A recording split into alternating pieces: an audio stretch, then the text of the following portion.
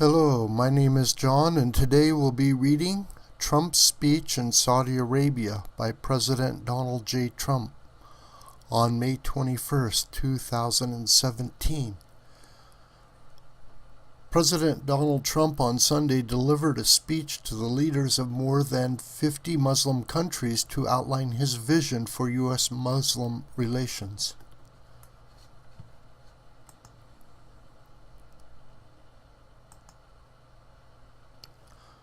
I stand before you as a representative of the American people to deliver a message of friendship and hope. That is why I chose to make my first foreign visit a trip to the heart of the Muslim world, to the nation that serves as custodian of the two holiest sites in the Islamic Faith. In my inaugural address to the American people, I pledged to strengthen America's oldest friendships and to build new partnerships in pursuit of peace. I also promised that America will not seek to impose our way of life on others, but to outstretch our hands in the spirit of cooperation and trust. Our vision is one of peace, security, and prosperity in this region and in the world. Our goal is a coalition of nations who share the aim of stamping out extremism and providing our children a hopeful future that does honor to God.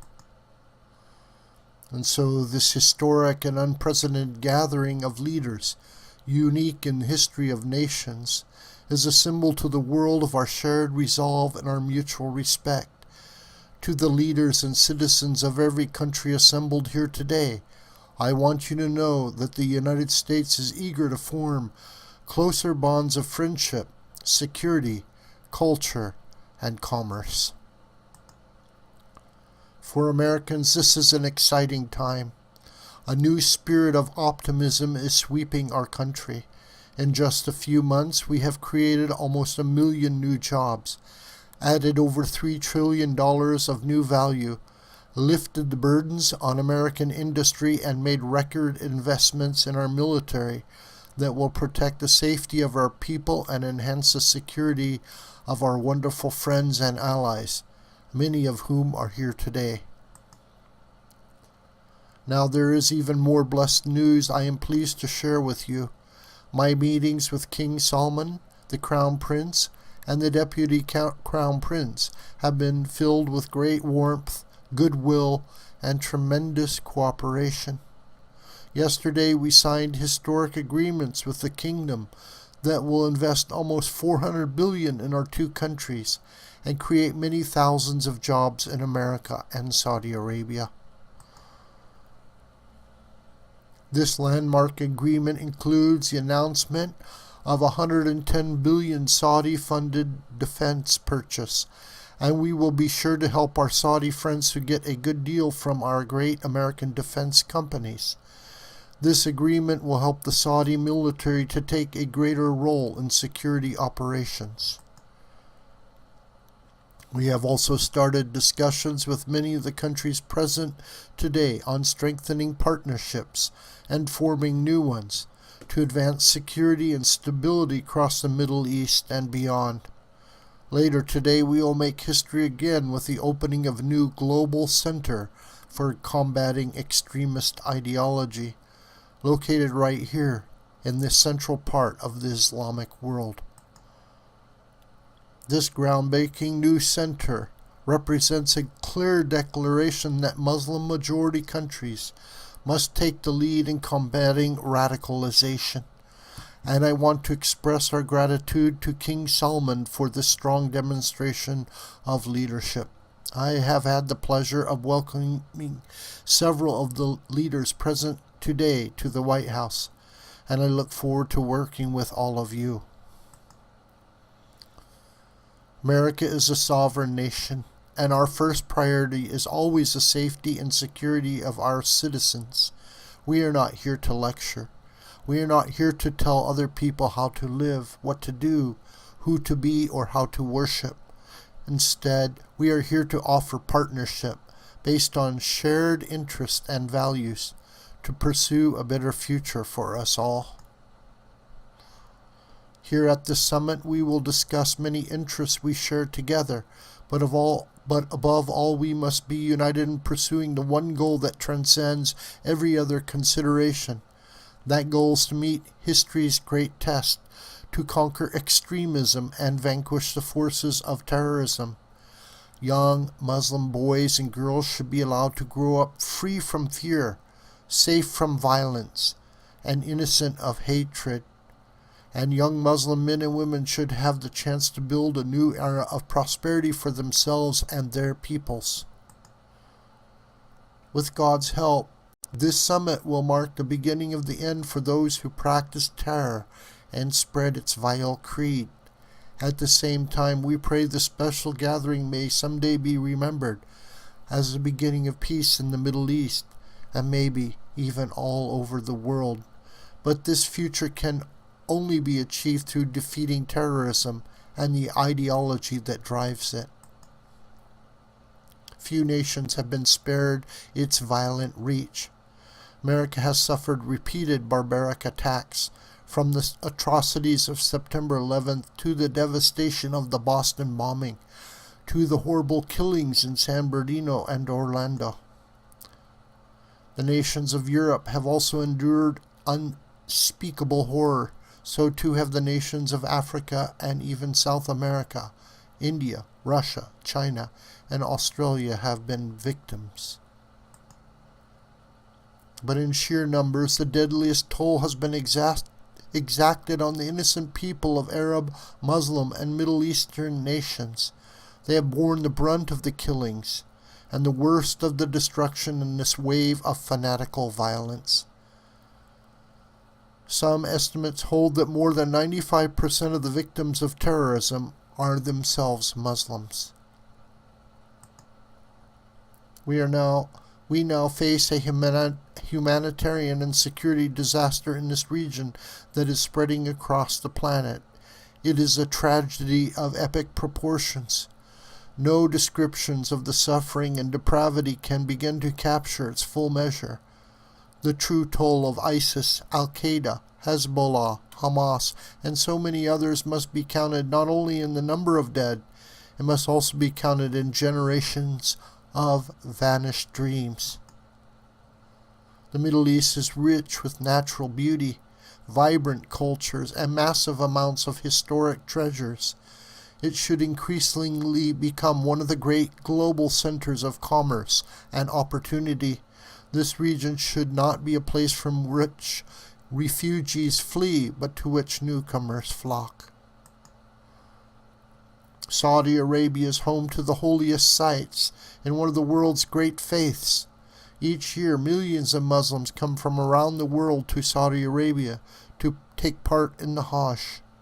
In addition to ancient wonders, this country is also home to modern ones, including soaring achievements in architecture. Egypt was a thriving center of learning and achievement thousands of years before other parts of the world. The wonders of Giza, Luxor, and Alexandria are proud monuments to that ancient heritage.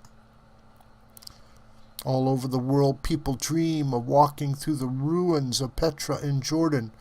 Iraq was the cradle of civilization and is a land of natural beauty, and the United Arab Emirates has reached incredible heights with glass and steel and turned earth and water into spectacular works of art. The entire region is at the center of the key shipping lanes of the Suez Canal, the Red Sea, and the Straits of Hormuz. The potential of this region has never been greater. 65% of its population is under the age of 30. Like all young men and women, they seek great futures to build, great national projects to join, and a place for their families to call home.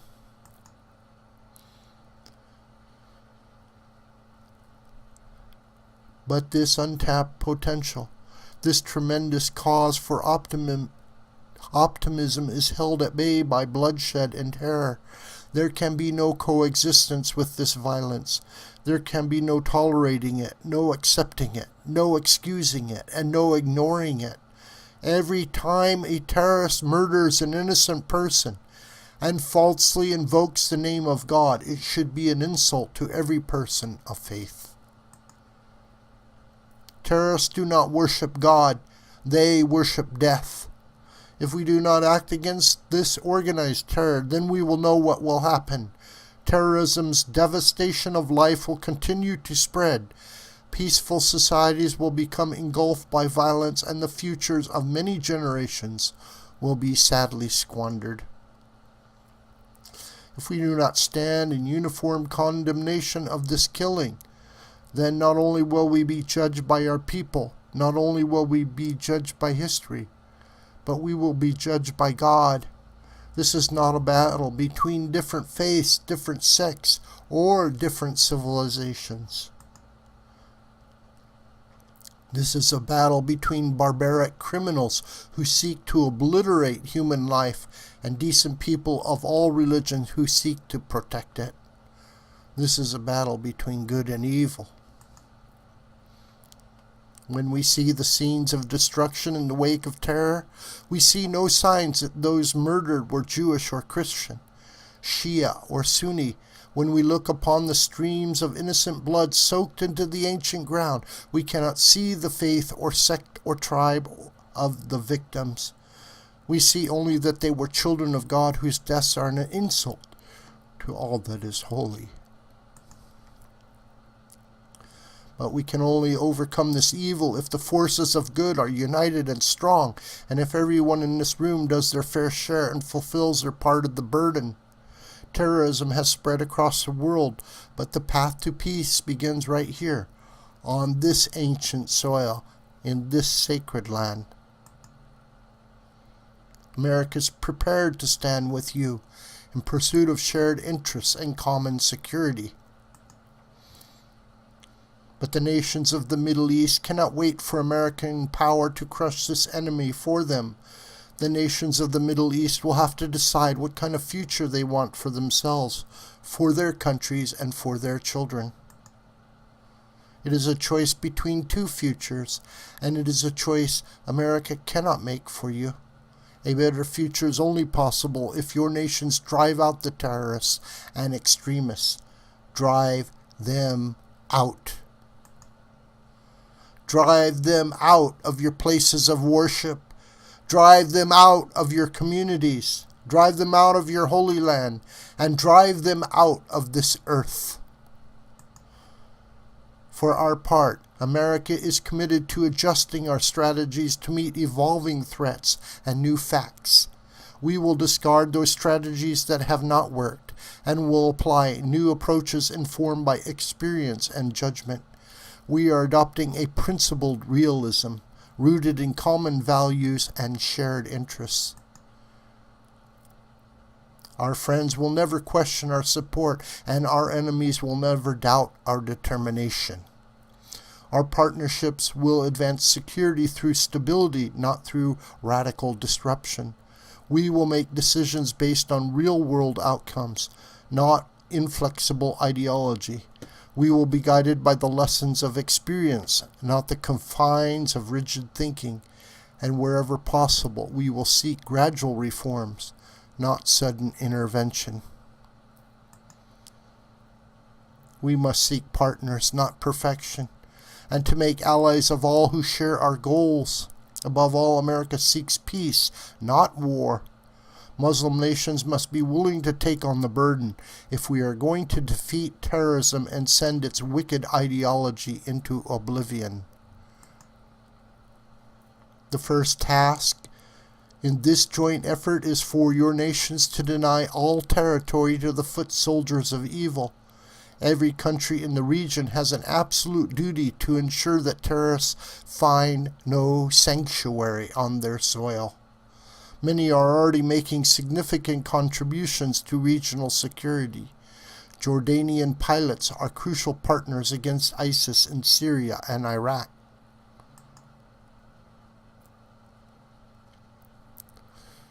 Saudi Arabia and regional coalition have taken strong action against Houthi militants in Yemen. The Lebanese army is hunting ISIS operatives who try to infiltrate their territory.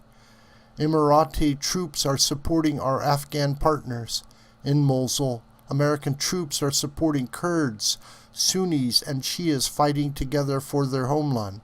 Qatar, which hosts the U.S. Central Command, is a crucial strategic partner. Our long-standing partnership with Kuwait and Bahrain continue to enhance the security in the region, and courageous Afghan soldiers are making tremendous sacrifices in the fight against the Taliban and others, in the fight for their country.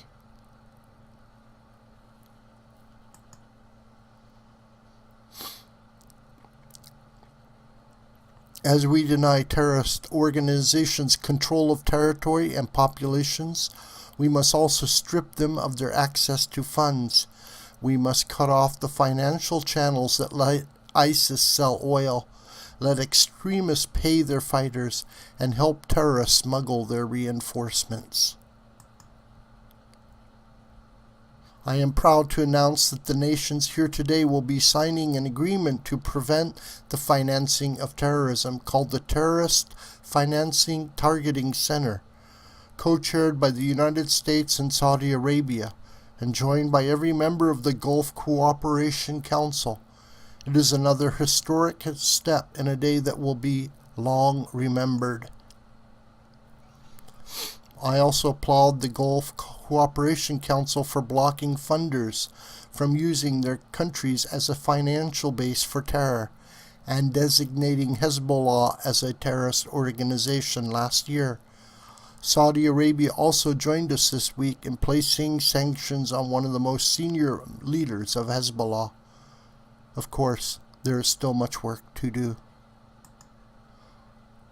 That means honestly confronting the crisis of Islamist extremism and the Islamist terror groups it inspires. And it means standing together against the murder of innocent Muslims, the oppression of women, the persecution of Jews, and the slaughter of Christians.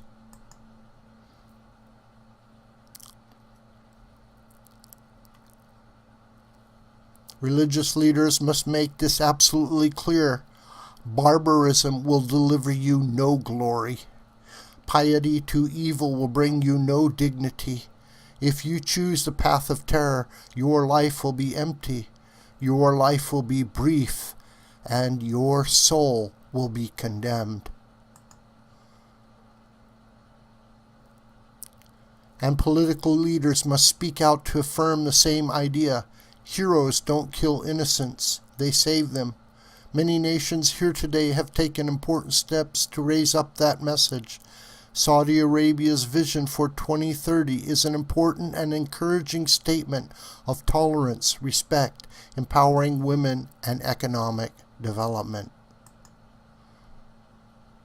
The United Arab Emirates has also engaged in the battle for hearts and souls, and with the U.S. launched a center to counter the online spread of hate.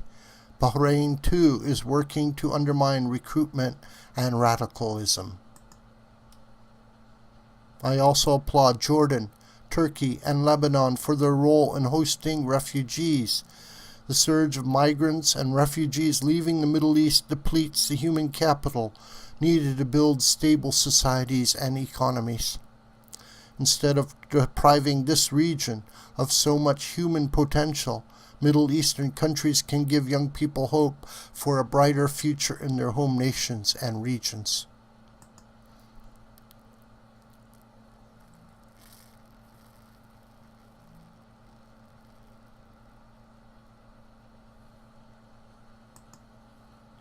That means promoting the aspirations and dreams of all citizens who seek a better life, including women, children, and followers of all faiths. Numerous Arab and Islamic scholars have eloquently argued that protecting equality strengthens Arab and Muslim communities. For many centuries, the Middle East has been home to Christians, Muslims, and Jews living side by side. We must practice tolerance and respect for each other once again, and make this region a place where every man and woman, no matter their faith or ethnicity, can enjoy a life of dignity and hope. In that spirit, after concluding my visit in Riyadh, I will travel to Jerusalem and Bethlehem, and then to the Vatican, visiting many of the holiest places in the three Abrahamic faiths. If these three faiths can join together in cooperation, then peace in this world is possible, including peace between Israelis and Palestinians. I will be meeting with both Israeli Prime Minister Benjamin Netanyahu and Palestinian President Mahmoud Abbas.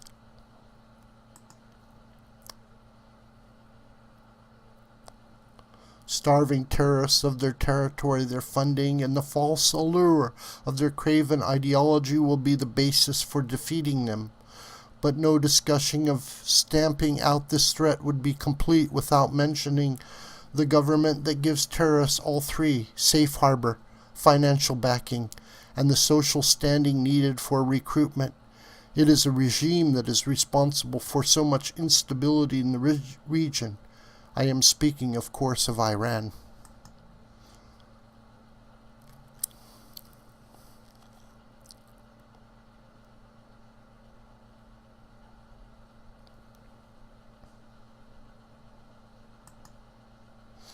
From Lebanon to Iraq to Yemen, Iran funds, arms, and trains terrorists, militias, and other extremist groups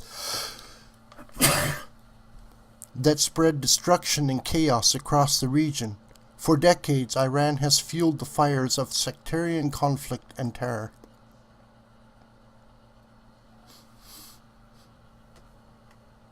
It is a government that speaks openly of mass murder, vowing the destruction of Israel, death to America, and ruin for many leaders and nations in this room. Among Iran's most tragic and destabilizing interventions have been in Syria. Bolstered by Iran, Assad has committed unspeakable crimes, and the United States has taken firm action in response to the use of banned chemical weapons by the Assad regime, launching 59 Tomahawk missiles at the Syrian airbase from which that murderous attack originated. Responsible nations must work together to end the humanitarian crisis in Syria, eradicate ISIS, and restore stability to the region. The Iranian regime's longest suffering victims are its own people. Iran has a rich history and culture, but the people of Iran have endured hardship and despair under their leaders' reckless pursuit of conflict and terror. Until the Iranian regime is willing to be a partner for peace, all nations of conscience must work together to isolate Iran, deny it funding for terrorism, and pray for the day when the Iranian people will have the just and righteous government they deserve. The decisions we make will affect countless lives. King Solomon, I thank you for the creation of this great moment in history, and for your massive investment in America, its industry, and its jobs. I also thank you for investing in the future of this part of the world. This fertile region has all the ingredients for extraordinary success: a rich history and culture, a young and vibrant people, a thriving spirit of enterprise. But you can only unlock this future if the citizens of the Middle East are freed from extremism, terror, and violence. We in this room are the leaders of our peoples. They look to us for answers and for action, and when we look back at their faces, behind every pair of eyes is a soul that yearns for justice. Today, billions of faces are now looking at us, waiting for us to act on the great question of our time. Will we be indifferent to the presence of evil? Will we protect our citizens from its violent ideology? Will we let its venom spread throughout our societies? Will we let it destroy the most holy sites on earth? If we do not confront this deadly terror, we know what the future will bring: more suffering and despair. But if we act, if we leave this magnificent room united and determined to do what it takes to destroy the terror that threatens the world, then there is no limit to the great future our citizens will have. The birthplace of civilization is waiting to begin a new renaissance. Just imagine what tomorrow could bring. Glorious wonders of science, art, medicine, and commerce to inspire humankind. Great cities built on the ruins of shattered towns. New jobs and industries that will lift up millions of people. Parents who no longer worry for their children. Families who no longer mourn for their loved ones. And the faithful who finally worship without fear. These are the blessings of prosperity and peace. These are the desires that burn with a righteous flame in every human heart. And these are the just demands of our beloved peoples. I ask you to join me, to join together, to work together, and to fight together, because united we will not fail. Thank you. God bless you. God bless your countries, and God bless the United States of America. This video is a production of the School of the White Crane. My name is John Brooker, and you can reach me through commentary on this video and also through my Gmail listed here. Please share this video with your friends and family and on social media. May God richly bless you.